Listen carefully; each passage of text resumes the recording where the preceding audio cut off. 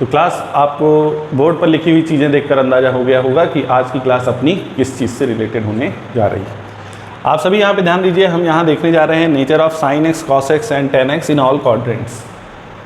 ये एनसीईआरटी में भी गिवन टॉपिक है। एनसीईआरटी में इसका अपना एक अलग टेबल बना हुआ है।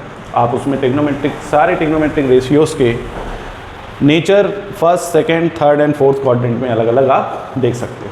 तो आपको ध्यान ये देना है कि किस प्रकार से इनकी वैल्यूज़ अलग अलग क्वाड्रेंट में अलग अलग होती हैं, कहाँ पे माइनस और कहाँ पे प्लस हमें यूज़ करना है, इस बात का अपन यहाँ पे ध्यान देंगे। इसके लिए एक छोटा सा ट्रिक चलता है याद करने का, जिसका नाम है ASTC। इसको अपन कई नामों से याद रखते हैं, आप इसको केवल ASTC रूल से ही याद रख सकते हैं। ASTC में जो हमने यहाँ पे लिखा है A, आपने क्लास 10th में भी पढ़ाई की है। मैं यहाँ पे 0 डिग्री और 90 डिग्री की बात कर रहा हूँ। टेक्नोमेट्री में अपन ने 0 degree, 30, 45 degree, 60 degree and 90 degree के बारे में पढ़ाई की हुई। इसमें अपन ने sine, cos, tan, cosec, sec and cot, इन सभी की वैल्यूज़ को पढ़ा है। तो 0 to 90 के बीच में ये सभी वैल्यूज़ पॉजिटिव होती हैं। इसका मतलब ये है कि 0 से 90 तक जब हम पढ़ते हैं, यानी कि इस फर्स्ट क्वाड्रेंट की अगर अपन बात करें, तो यहाँ पर सभी टेक्नोमेट्रिक रेशियोज़ अपने रिस्पेक्टिव एंगल के साथ पॉजिटिव होते हैं। It means all are positive. So this is for all. Here in our second quadrant, this is our second quadrant. In second quadrant, only sine and its reciprocal cosec, only sine and its reciprocal sine and cosec, only these two trigonometric ratios are positive. In our third quadrant, this is T. In trigonometric ratios, T stands for tan and its reciprocal cot. These two are positive. Here in fourth quadrant, this is also 2 pi. When we complete an arc, the angle of a complete arc is 2 pi. So this is cos and its reciprocal sec, ASTC. So the rule ASTC stands for all, sine, tan, and this is cos. And then its reciprocal cosec, cot, and this is sec. तो ASTC को याद करना इतना आसान है, लेकिन सबसे बड़ी बात यहाँ पे ये है कि अपन एक्चुअल में वैल्यूज़ को याद करें तो इस ग्राफ के थ्रू कैसे। तो इसमें कुछ नहीं है, आपको सबसे पहले तो उठाना है value sine x. Sine x में आप सिंपल यहाँ पे समझ सकते हैं, दिस इज़ 0, दिस इज़ π/2, यानी कि अपन वही क्लास 10th की बात करने जा रहे हैं। 0 से 90 के बीच की वैल्यू, तो आपको पता है this is x axis, this is y, this is x dash and this is y dash. So 0 to 90, sine 0 has value equals to 0। For sine 0 it is 0 and for sine 30 it is equals to 1/2। Sine 45 it is equals to 1/√2, it is 1/√2। Sine 60 √3/2। तो अब आप देख सकते हैं कि first quadrant में we have started sine 0 from 0 to 90 and sine 90 we have 1। Sine 90 what we have 1। तो इसको समझने का बड़ा आसान सा तरीका है कि अपन ने साइन 0 से शुरू किया तो 0 वैल्यू थी और साइन 90 पे ख़त्म हुआ, तो इसका मतलब है कि साइन एक्स इन फर्स्ट क्वाड्रेंट अपना नेचर कैसा रखता है, इंक्रीजिंग रखता है, increasing order. This is in first quadrant. ये आपको समझना है कि साइन 0 की वैल्यू 0 होती, साइन 90 की 1, तो हम कहाँ से कहाँ जाते हैं। क्वाड्रेंट में आपको पता होना चाहिए कि एंटी क्लॉकवाइज चीज़ें चलती हैं। This is first quadrant, this is second, this is third and this is fourth. So anti-clockwise when we are moving from sine 0 to sine 90, so it is increasing in order. Now come to the next, sine 90, and after this we have sine 120. Sine 120 is as same as sine 60. आपने कभी भी ऐसा rule देखा हो reflection में भी आप देखते हो I equals to R, this is normal. So this is 60, so here we have sine 120. Sine 120 and sine is positive in the second quadrant. Sine is positive where? In second quadrant. In first quadrant all are positive. In second quadrant we have sine and cosec, reciprocal of sine. Sine and its reciprocal both are positive. तो ये बात यहाँ पे समझने की है कि हम second quadrant में जब values लिखने जाएंगे तो if we talk about sine 120 कहाँ तक लिखेंगे? पाई तक. It means sine 180 तक. तो this is sine 120, it is equals to under root 3 upon 2. Sine 135 it is equals to 1 upon root 2. All are positive because in second quadrant these values are positive. Now come to the next. Sine 150 it is equals to sine 150 it is as equal as we have sine 30 that is 1/2. Now come to the last. This is sign 180. Sign 180 का वही value होगा जो sign 0 का है. तो sine 180 is equals to 0. So you can see here in the first quadrant it is increasing from 0 to 1. Now in the second quadrant अब यहाँ पे साइन 90 का वैल्यू आप देख लो 1 है. अब 1 से अपन इस तरफ बढ़ रहे हैं. तो 1 से जब अपन इस तरफ बढ़ रहे हैं तो अपन कहाँ पे आ गए? 0 पे आ गए. कहाँ पे आ गए? 0 पे. तो जहाँ अपन पहुँच गए 0 पे, इट मीन्स 1 से कहाँ पहुँच गए आप? 0 पे. तो ये ऑर्डर डिक्रीज का है. So in second quadrant we will write here sine X in second quadrant decreasing. ये आपको ध्यान रखना है. ना दिस इज 0. अब अपन 0 से शुरू करेंगे और साइन 3π/2 तक चलेंगे. इसका मतलब होता है 270 degree. Sine 270. As opposite we have 1, so we will write here -1 because in the third quadrant and the fourth quadrant sine is negative. Sine is negative. ये आपको समझना है. तो देखिए 1 from 0 to -1, from 0 to -1. If we talk about the values, so we have here 210, 225, and here it is 240 degree. So these values are 1/2 negative, -1 upon root 2, and minus root 3/2. So these values can be written as like this. So we have 0 to -1. So in third quadrant, sin x in third quadrant again decreasing. Now come to the next. आप इस चीज़ को समझिए. फिर से 270 से अपन start कर रहे हैं. 270 से चीज़ें अपन आगे लेके चलते जाएंगे. तो this is 270, then add 30, so it becomes 300. आप इस चीज़ को भी बहुत अच्छे से समझ लीजिए कि पहले आपको एक्सेस से 30 ऐड करना है. कितना ऐड करना है? 30.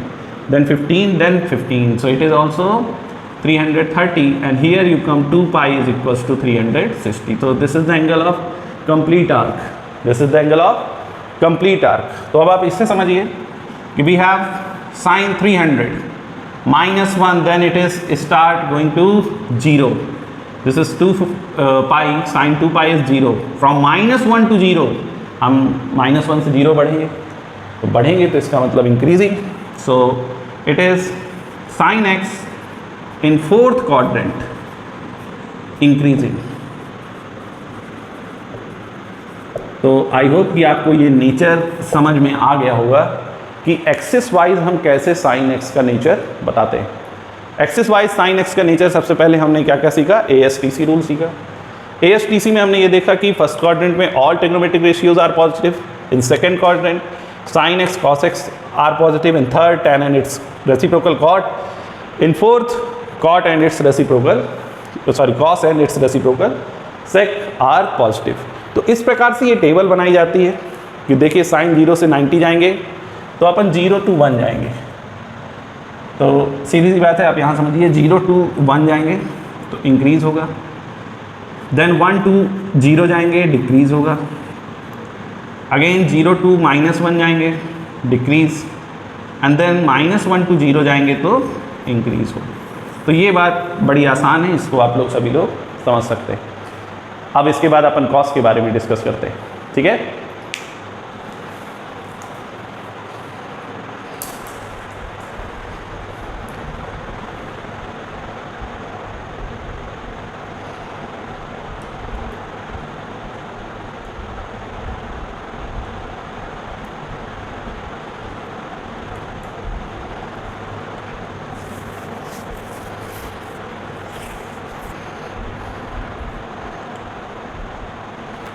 चलिए, तो अब यहाँ पे अपन cos x के बारे में समझने जा रहे हैं कि वो आखिर चारों क्वाड्रेंट में कैसा नेचर शो करते हैं।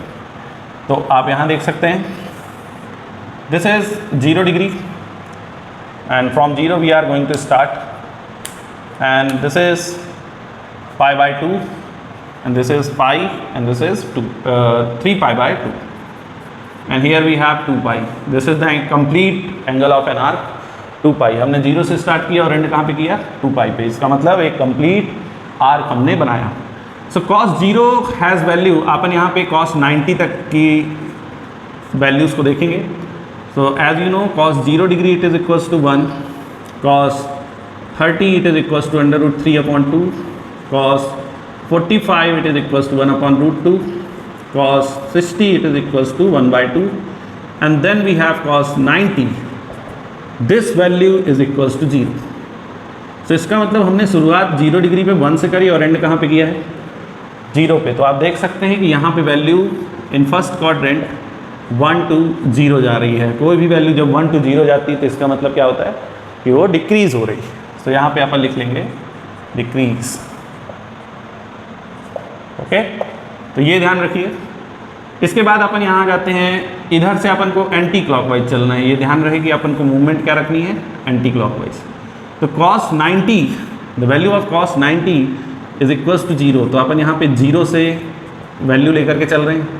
आपको पता है कि यहाँ केवल साइन और कॉसेक ही होते हैं जो केवल पॉजिटिव होते हैं, यानी कि cos यहाँ पे अपना क्या नेचर रखने जा रहा है, नेगेटिव नेचर, यानी कि यहाँ पर वैल्यू केवल cos की माइनस में होंगी। तो आप यहाँ समझिए कि cos 90 is 0, cos 120 degree it is equals to -1/2, cos 135 -1/√2, cos 150 it is equals to -√3/2, and then we have cos 180 that is cos pi. The value of cos pi is equals to -1. So you can see कि value कहाँ से कहाँ आ गई, 0 to -1. So any value coming from 0 to -1 it means decreasing. ये क्या हो रहा है नेचर, डिक्रीजिंग का नेचर। सेकेंड क्वाड्रेंट में डिक्रीज, तो अपन अगर यहाँ पे इस सर्कल में भी याद करने के लिए लिख सकते हैं, in first quadrant decreasing, in second quadrant also decreasing. Now come to third. अब यहाँ से वैल्यू ASTC यानी कि यहाँ पे tan and its reciprocal cot will be positive. तो अपन देखें कि cos तो यहाँ भी नेगेटिव होने वाला है, cos यहाँ पे भी क्या होने वाला है, negative. So cos 180 + 30 that is cos 210 it is as equal as this one -√3/2, cos 225 degree -1/√2, cos 240 degree it is equals to -1/2. Here it is cos 270, this is equals to -1 +1, sorry this is not -1, this is 0. तो अब आपको ये समझना है कि हम -1 से कहाँ तक पहुँच गए, 0 तक। -1 से 0 पहुँचना it means increasing, because it is -1 to 0। कहाँ से कहाँ जा रहे हैं, -1 से 0। So this is increasing in order. Now here we have cos and its reciprocal sec are positive. Cos and its reciprocal sec are positive. So we will write here 0 and this is going to be +1. So when any value is moving from 0 to +1, 0 to +1, this will be increasing. So here 0 to +1. So this is the nature of cos in first, second and third and fourth quadrant. तो अब I hope कि ये चीज़ आपको clear हुई होगी। कुछ बच्चों को इसमें बहुत ज़्यादा डाउट्स होते हैं, डाउट इन द सेंस कि अगर किसी ने cos x का थर्ड क्वाड्रेंट में नेचर पूछ भी लिया तो उनको ये नहीं पता कि वैल्यू इंक्रीजिंग होगी या डिक्रीजिंग होगी, तो नेगेटिव पॉजिटिव बताने में उनको इसमें डिफ़िकल्टी चली जाती है। तो आई होप कि आपको ये बात समझ में आ गई होगी कि नेचर ऑफ cos किस प्रकार से डिक्रीज डिक्रीज इंक्रीज इंक्रीज, और इसी तरह अपन ने साइन का पढ़ा था, तो साइन में भी आपको nature of nature of sine समझ में आ गया होगा। ठीक है, तो ये एक इम्पॉर्टेंट वे है आपको ट्रिग्नोमेट्री के स्टार्ट को समझने के लिए इन क्लास 11। ओके, चलिए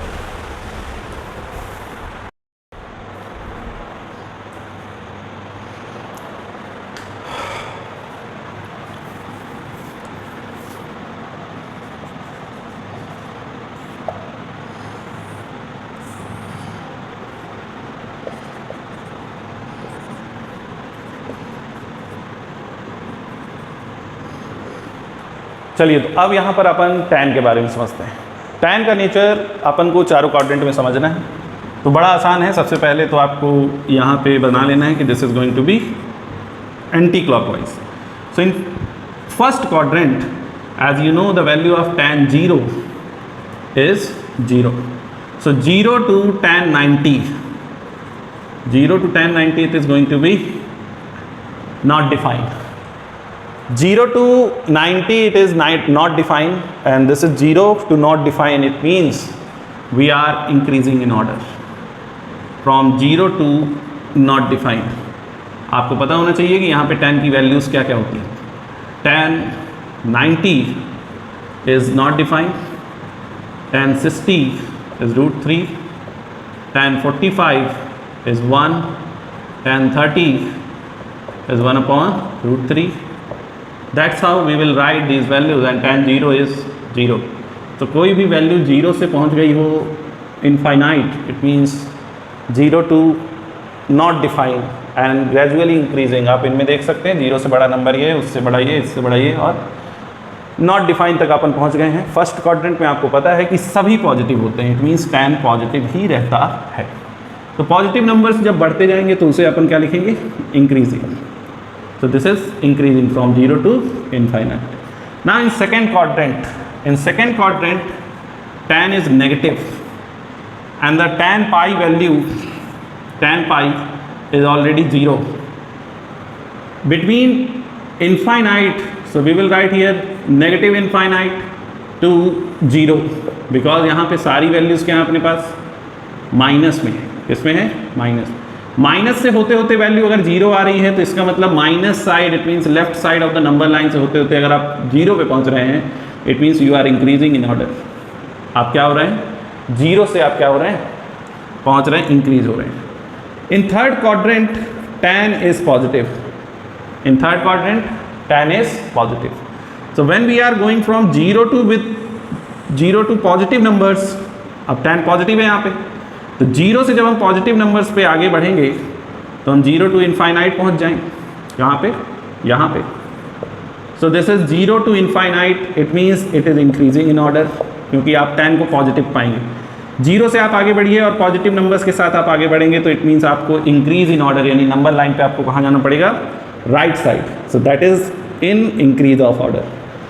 now in fourth quadrant tan is negative, tan is negative.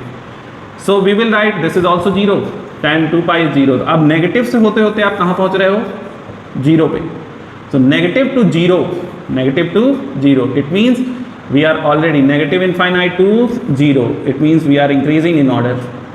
Here we have 0 to infinite increasing in order, and minus infinite to 0 increasing in order, and 0 to plus infinite increasing in order, and here minus infinite to 0, because we have minus। tan क्या होता है यहाँ पे, minus होता है। Minus होते होते कोई चीज़ 0 हो गई, माइनस ग्रेजुअली बढ़ते बढ़ते कहाँ पहुँच गए, 0 के पास। इट मीन्स इसका क्या होगा, increase in order.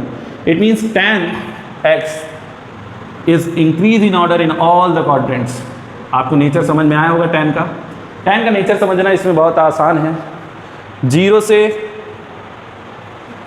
Not defined, 0 से कोई वैल्यू नॉट डिफाइन तक पहुंच गई और ग्रेजुअली यहाँ पे बढ़ रही हैं वैल्यूज़, तो आप यहाँ पे क्या लिखेंगे, increase in order.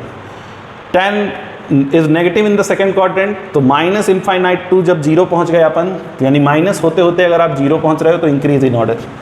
0 to infinite आप पहुँच गए हो, 0 to इनफाइनाइट अगेन आप पहुँचे हो, तो इसका मतलब ये हुआ कि it is increase in order. So we will write here 0 to infinite, increase in order. Now this is negative here, so negative values are, ये सब कुछ समझ में आ गया होगा। तो ये इंपॉर्टेंस ASTC की होती है। जो बच्चे कहते हैं कि ASTC केवल रट लिया है, रटना नहीं है। स्टेप बाय स्टेप आपको इस तरह से समझना है उसको, क्योंकि ये नेचर जो लिखा हुआ है ASTC कोई मजाक चीज़ नहीं है। क्लास में भी कई बार चर्चाएं ASTC रूल की होती हैं, लेकिन बच्चे जो हैं कहीं ना कहीं इसमें कन्फ्यूजन अपना दिखा देते हैं। तो आई होप कि अब ये चीज़ आपको समझ में आ गई होगी। ओके क्लास, तो इसी के साथ अपन इसको रोकते हैं।